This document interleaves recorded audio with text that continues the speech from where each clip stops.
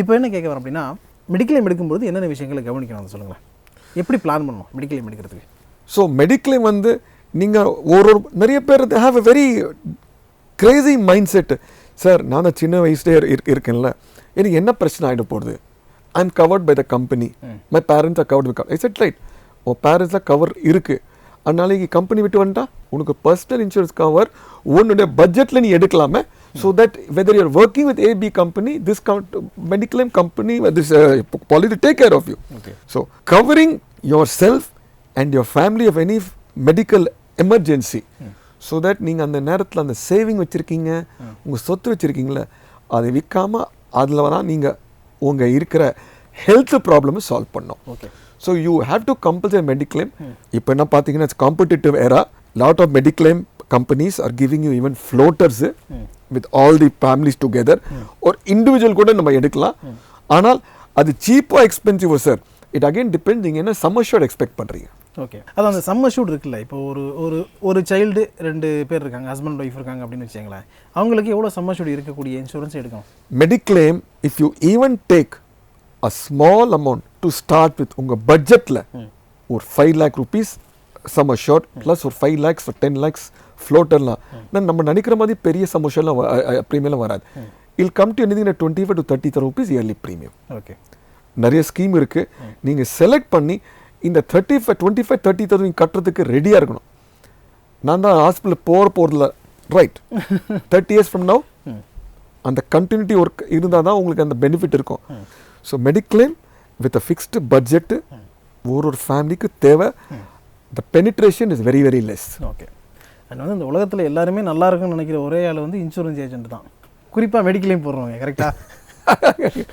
சரி சார், நம்ம அப்படி ஒரு சிம்பிளாக ஆரம்பிச்சிருக்கோம் சார். அதாவது ஃபஸ்ட்டு வந்து சேவிங்ஸ்னா என்ன, இன்வெஸ்ட்மெண்ட்னா என்ன, அதுக்கப்புறம் வந்து இன்சூரன்ஸ்னால் என்ன, ஸோ அப்படிலாம் பேசிகிட்டே இருக்கோம். இப்போ அடுத்தது வந்து நம்ம அந்த இன்வெஸ்ட்மெண்ட்டுக்குள்ளே டீப்பாக வரலாம் அப்படிங்கிற ஒரு பிளான். ஏன்னா இதுக்கு முன்னாடி வரைக்கும் வந்து எப்படி பிளானிங் பண்ணணும், எதை எமர்ஜென்சி ஃபண்டு வச்சணும் அப்படின்னு சொல்லிட்டு நிறைய டீட்டெயிலாக நீங்கள் சொல்லிட்டீங்க. ஸோ இன்வெஸ்ட்மெண்ட் அப்படின்னு வரும்பொழுது டைரெக்டாக அவர் வந்து மியூச்சுவல் ஃபண்ட் போகிறது பெஸ்ட்டாக, இல்லை ஸ்டாக் மார்க்கெட்டு என்ட்ரி பண்ணுறது பெஸ்ட்டாக? மியூச்சுவல் ஃபண்ட் அப்படின்னு எடுத்துக்கிறோன்னா எந்த மாதிரியான மியூச்சுவல் ஃபண்டில் ஒருத்தர் இன்வெஸ்ட் பண்ணணும்? அதாவது ஒவ்வொரு ஏஜில் இருக்கவங்களுக்கும் வேறு ஃபண்ட் இருக்குது, இந்தந்த ஏரியாவில் இவங்க பண்ணால் நல்லாயிருக்கும் அப்படின்ற மாதிரி இருக்கும்ல. எஜுகேஷன் இன் ஜென்ரல் நீங்கள் பார்த்தீங்கன்னா what you learn in classroom, what you doing practically வித்தியாசம் இருக்குது. இப்போ நம்ம பேச்சே சொன்னேன், 100 - 35 உங்கள் age 65 rupees. Okay, I know so many people ஒரு 65 இருக்கார், அதாவது 35 rupees தான் ஈக்விட்டியில் போடணும். 100 - 65 போனால் இந்த ரிஸ்க் கெப்பாசிட்டி இருக்குது, சொத்து நிறைய இருக்குது. ஸோ 35% போனால் அவனுக்கு அந்த ஏற்ற முடியல. ப்ராக்டிக்கலாக is ready to invest more. Okay, and he understand the concept. So அந்த நேரத்தில் as a advisor, investment guru, I am willing to investment coach, I am willing to bypass what I learned in the classroom. Okay, so strictly speaking, if you speak 100 minus your age, what you arrive at is equity. But this does not hold good in lot of cases practically நம்ம பண்ணும்போது. அதே நேரத்தில் investment consultant சொல்லுவாங்க, sir 50-55 age you should invest in safe products. ஈக்விட்டிக்குள்ளேயே safe products இருக்குது, aggressive இருக்குது, equity தர debt வேறு இருக்குது, where you gonna invest into government securities, bonds which have got minimal of risk and volatility. ஆனால் அங்கேயும் வித்தியாசம் வருது. ஒருத்தருக்கு 60 இருக்குது, அவன் பல கோடீஸ்வரம், அவனுக்கு அந்த கான்செப்ட் கரெக்டாக புரிஞ்சிருக்கு. அவனுக்கு எப்படி போய்ட்டு டெட் ஃபண்ட்ஸ் சஜஸ்ட் பண்ணுவேன். பிகாஸ் ஹி வாண்ட்ஸ் டு, ஒரு tiger one day slick the blood, so மறுபடியும் ரத்த காமிச்சா தானே அவர் வருவார். So I want him to feel this equity funds which is hell bent on doing in a bigger way. I am willing to violate what I learnt in my classroom. Okay, so age இப்படி இருந்தால் இப்படி பண்ணோம், சின்ன வயசில் இருந்தாலும் இப்படி பண்ணோன்னு அந்த ஒரு ரிஜிட் கம்பார்ட்மெண்ட் இல்லாமல் யோசிப்போம். Okay, but generally once your 15 above உங்களுக்கு அக்ரெசிவ் ஈக்விட்டி ஃபண்ட்லேருந்து நீங்கள் ஒரு ஈக்விட்டி ஃபண்டில் போயிட்டு உட்காரும்போது அந்த டெட் காம்போனன்ட், அதாவது கவர்மெண்ட் பாண்ட்ஸு, கமர்ஷியல் பேப்பர்ஸ், அதாவது நம்ம ஃபிக்ஸ்டு டெபாசிட் கம்பெனி கொடுக்குறோம், company also raises money from mutual funds. Okay, so commercial papers AAA ரேட்டிங்லாம் இருக்குது. ஓகே, ஃபிக்ஸ்ட் டெபாசிட் நம்ம பேங்க்ல எடுக்கிறோம், banks also give CDs, certificate deposit, huge amount எடுப்பாங்க. ஸோ இந்த மாதிரியெல்லாம் டெட் ப்ராடக்ட்ஸ், இந்த டெட் ப்ராடக்ட்ஸில் போய்ட்டு உட்காந்தால் instead of having 85% equity, we can make it 50 or 60% equity with debt component. So that the volatility கம்மியாக இருக்கும்போது அவனுக்கு இருக்கிற நேரத்தை என்னைக்கு அவன் விட்ரா பண்ணுறானோ for everyday expense every month எக்ஸ்பென்ஸோ ஃபார் எனி கண்டின்ஜென்சி அந்த நேரத்தில் மார்க்கெட் கரெக்ட் பண்ணிட்டு இருந்தால் கூட அவனுக்கு அவ்வளோ அடிப்படாது. Okay. But generally speaking the person is understanding the concept and he has the money and inclination, we violate this rule. Okay. இப்போ நீங்கள் ஜென்ரலாக மாத சம்பளம் வாங்கக்கூடிய ஒருத்தருக்கு ஒரு மியூச்சுவல் ஃபண்ட் சஜஷன் கொடுக்குறீங்கன்னு வச்சுங்களேன். அவர் வந்து மாதத்துக்கு ஒரு சேலரி வாங்குறாரு, ஒரு 40,000 60,000 வாங்குறாரு. இந்த சேலரி வாங்குறவருக்கு எஸ்ஐபி போடுற மாதிரியான ஒரு மியூச்சுவல் ஃபண்டை நீங்கள் கொடுக்கலாம் அப்படின்னு நீங்கள் பிளான் பண்ணுறீங்கன்னா என்ன கொடுப்பீங்க? எந்த மாதிரியான ப்ராடக்ட்டை நீங்கள் கொடுப்பீங்க?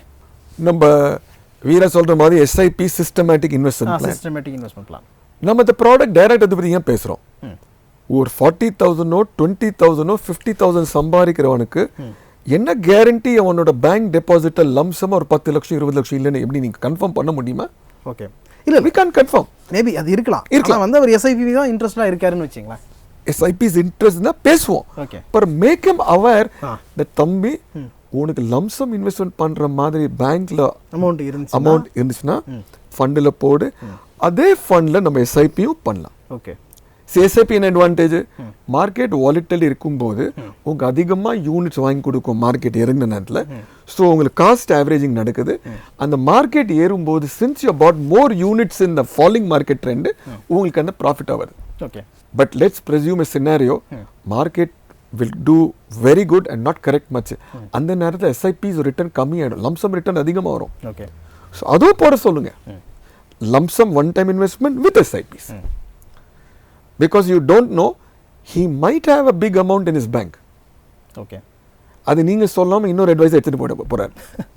ஸோ அந்த உங்களை அந்த கில்ட் ஃபீலிங் நம்ம தொழிலுக்கு நியாயம் பண்ணலன்னு உங்களை அந்த கில்ட் ஃபீலிங் வரக்கூடாது. ஸோ என்றைக்குமே சொல்லுவாங்களே don't judge a book by its cover.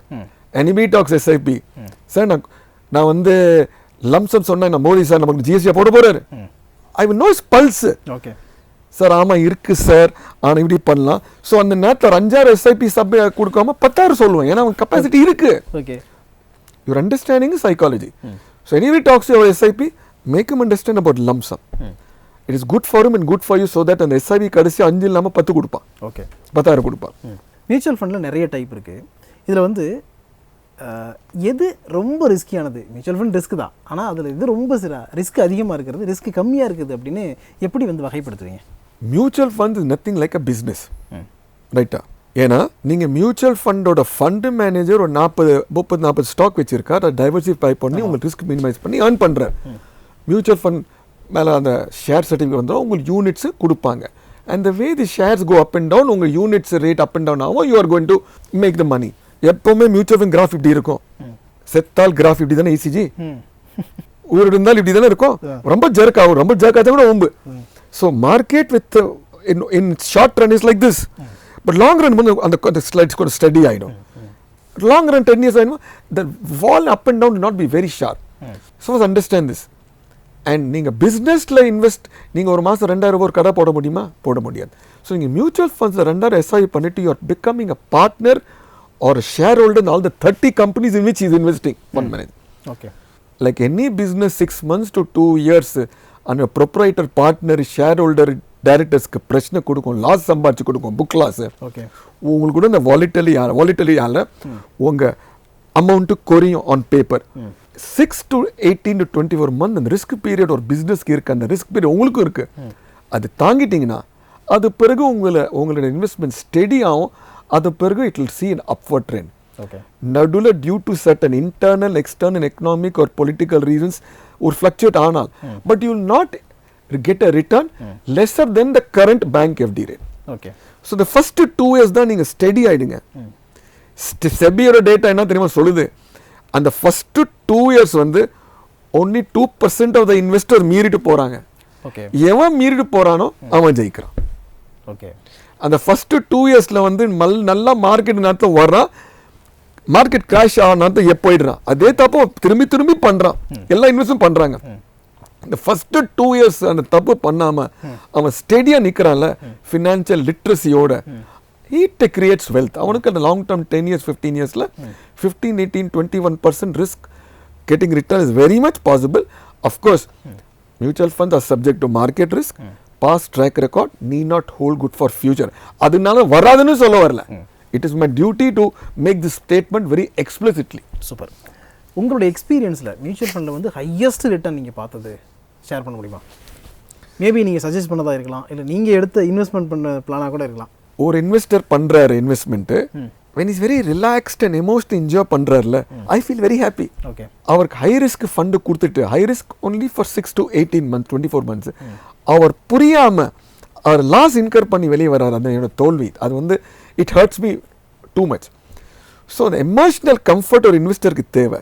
Here be very relaxed, enjoy journey with me. And அந்த 18-24 months தாங்கின பிறகு அவன் நிற்கிறான்ல, அவன் ஃபண்ட்ஸ் மல்டிப்ளைங் at 15 to 20% கிடைக்கிற கிக் இருக்கேன், இட் இஸ் ஃபென்டாஸ்டிக். அது நீங்கள் எக்ஸ்பீரியன்ஸ் பண்ண முடியும், ஏன்னா நீங்கள் தொழில இல்லை. Okay.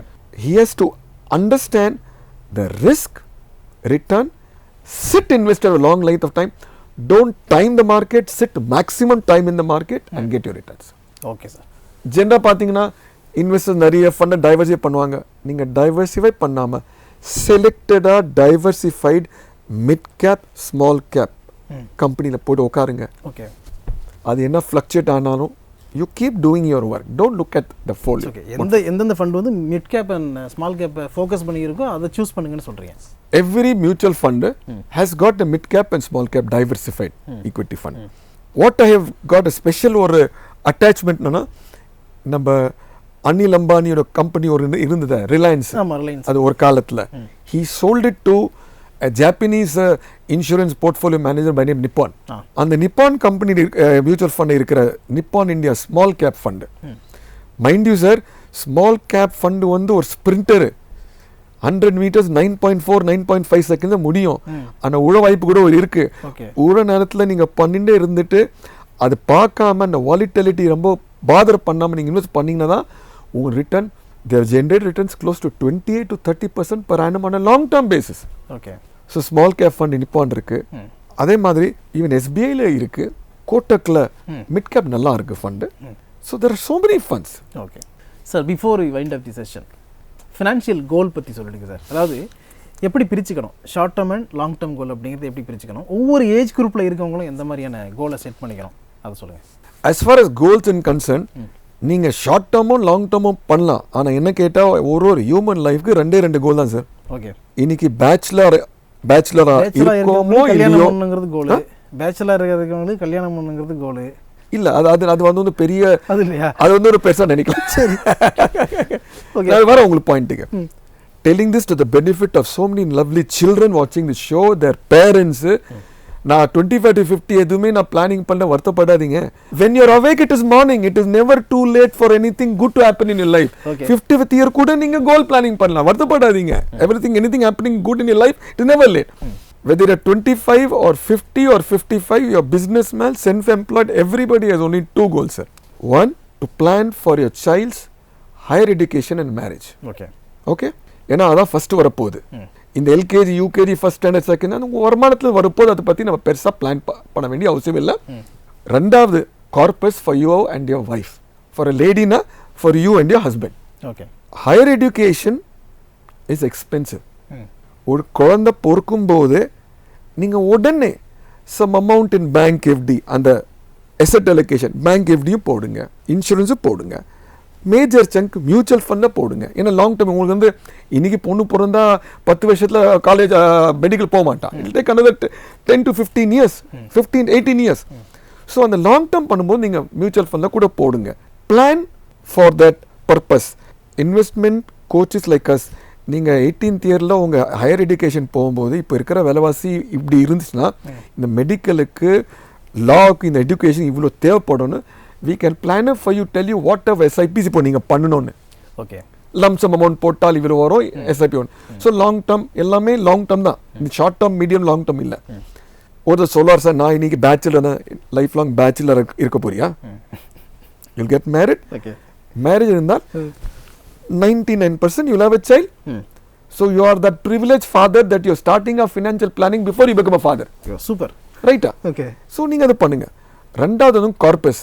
Somehow this country is blessed with good obedient children that once a girl or the boy comes of age na appa kelvi kekkaradu thaniya poradhu illa. Our children are good. But I'm asking you one question, why should we depend on our good children, sir? Correct. It is your duty. Yen generation la general lady sambarika maata. Ena making money is easy, but handling the house and children very difficult. Okay. For which they are not paid. Right? No holiday. Okay? So, நீங்க வந்து உங்களோட பொறுப்புங்க to take care of your late better half என் ஜென்ரேஷனில். இப்போ இருக்கிற ஜென்ரேஷனில் both are earning. சரி வைஃப் அடிஷ்னலாக சேவிங் பண்ணான்னா வாட் ஹேப்பன்ஸ் அந்த additional benefit your both got ஷேர்ல. Okay. So financial planning first is your planning for higher education, specialization தான் நான் காலேஜ் வரையும் சொல்ல, அண்ட் மேரேஜ். அண்ட் செகண்ட் உங்களுடைய கடமைங்க பிளான் ஃபார் யுவர் கார்பஸ். ஏன்னா one of the families member is depend on you. நீங்கள் இல்லாத நேரத்தில் அந்த other family member should not be depend on the society or even her or his children. Okay, இந்த ரெண்டு கோல்ஸுங்க பிளானிங் பண்ணால் உங்கள் life success. Super sir, super. So ரொம்ப சிம்பிளாக நம்ம ஸ்டார்ட் பண்ணோம். ஃபினான்ஷியல் பிளானிங்னா என்ன அப்படின்னு ஆரம்பித்து நிறைய விஷயங்கள் டீட்டெயிலாக பேசியிருக்கோம். ஃபைனலாக வந்து மியூச்சுவல் ஃபண்டுடைய அப்படியே கொஞ்சம் டச் பண்ணி நம்ம நிறுத்திருக்கோம். ஸோ அடுத்தடுத்த செஷனில் வந்து யாராருக்கு எந்த மாதிரியான மியூச்சுவல் ஃபண்ட் வந்து ஆப்டாக இருக்கும், என்னென்ன ஃபண்ட்ஸ் இருக்குது அப்படின்னு நிறைய விஷயங்கள் நம்ம சார்கிட்ட டீட்டெயிலாக கேட்க போகிறோம். இது வந்து வரக்கூடிய காலங்களில், அதாவது ஒரு சில வாரங்களில் உங்களுக்கு வந்து சேரும். ஓகே, உங்களை பொறுத்த வரைக்கும் நிறைய நீங்கள் வந்து ட்ராவல் பண்ணிட்டே இருப்பீங்க, ரொம்ப பிஸியான ஒரு ஸ்கெடியூலில் இருக்கக்கூடிய ஒருத்தர். அப்படி இருந்தாலும் நான் கூப்பிட்டேன்னு சொல்லிட்டு நம்ம சேனல் வியூவர்ஸ்க்காக, சப்ஸ்கிரைபருக்காக நிறைய விஷயங்கள் வந்து உங்களோட எக்ஸ்பீரியன்ஸ்லேருந்து ஷேர் பண்ணிக்கிட்டீங்க. ரொம்பவே ஹாப்பியாக இருந்துச்சு. Thank you so much sir. வணக்கம். ஸோ இவ்வளோ நேரம் வீடியோ பார்த்துக்கிட்டு இருந்தேன் எல்லாருக்குமே கோடான கோடி நன்றிகள். ஸோ அடுத்து ஒரு நல்ல செஷனில் மீட் பண்ணுவோம். Thank you so much.